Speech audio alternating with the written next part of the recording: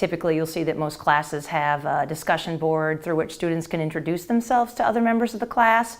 Typically, instructors now have welcome videos, or maybe if not that, a welcome statement, welcome message, welcome email, so that when the students log in the first day, it's not just sort of where do I need to go, but there is some degree of contact interaction the faculty member has tried to make with the student. For me, I send a lot of email messages back and forth and try to make sure that they know each week, this is what I'm expecting you're going to do. Let me know if you have questions as you go, and let me know soon enough so that I can get back to you and we can work things out before a deadline. And some instructors, including myself, are very open to receiving text messages.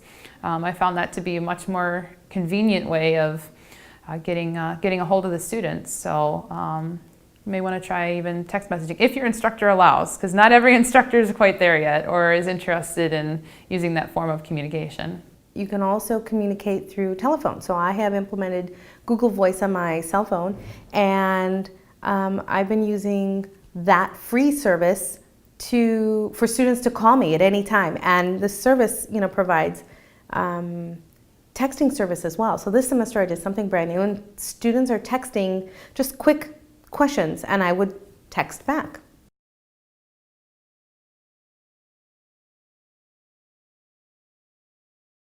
For the student, what you need to do is to be as engaged with the course as possible and willing to ask questions of the professor and say, what can I do to do better in the class? What can I do to improve? Read announcements when announcements are posted, read the syllabus, and then if you don't find it, then ask questions. And I would also say treat your instructor with respect when you send them emails. Make sure you're following proper rules of email etiquette, and be pleasant. And also, it doesn't hurt to add a little personal touch to emails to try to make more of a personal connection with your instructor instead of just being very upfront and to the point, which can come off as sometimes cold or rude. Feel very free to email. I mean, that's probably the best way to do it, is to email the instructor, me, and talk to me. If you have a problem, if you can't find something in there, if you're having issues, if you can't figure out, what this little thing means, write me an email, and I get right back. I'm very quick on responding to people. We all are. I would say to give as much information as possible, to really be thoughtful. We want students to ask questions, we want them to be engaged, and we want them to approach us with any questions or concerns they might have, because again, the medium's a little different. We're not constantly there face to face, so there needs to be a little bit more initiative, I think, on both sides, both faculty and student. But typically, I think that's very easy to achieve. Probably the worst thing for me is just getting a question or an emergency that comes up just too late for me to be able to respond and help them. It's difficult if they have a question and the thing's due in 1 hour and I have to get it back to them and hope they read their message in time. So to me, that's always the hardest.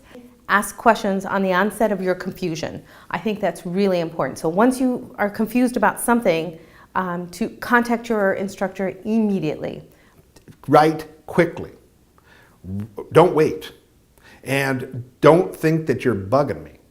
Write often. And I almost get like chain letter type, going back and forth between them. Almost like instant messaging going back and forth. The worst to me maybe might be students who don't communicate with me. When I send them messages and I don't hear back, and then I don't know what's going on. So no communication is bad communication. So by not communicating at all, I mean, that's not a good thing to do. So any communication is better than no communication at all. Communication. Let me know when you can't find something. I'll have a video that might tell you, here's how you do something, and then let me know if you can't do it or you can't get it to work, and then I'll help you through that part.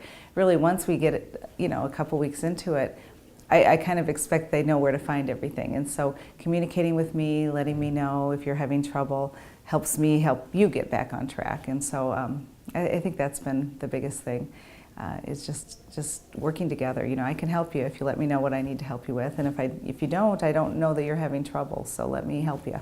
I think oftentimes the problems are that students don't respond to messages. Maybe they keep their questions to themselves, and faculty unfortunately can't read minds, so we can't understand if directions aren't clear, if the layout of a course shell is confusing, if there maybe is a typo or some other error that we've made with a hyperlink or with a calendar description. So students need to bring that to our attention as well.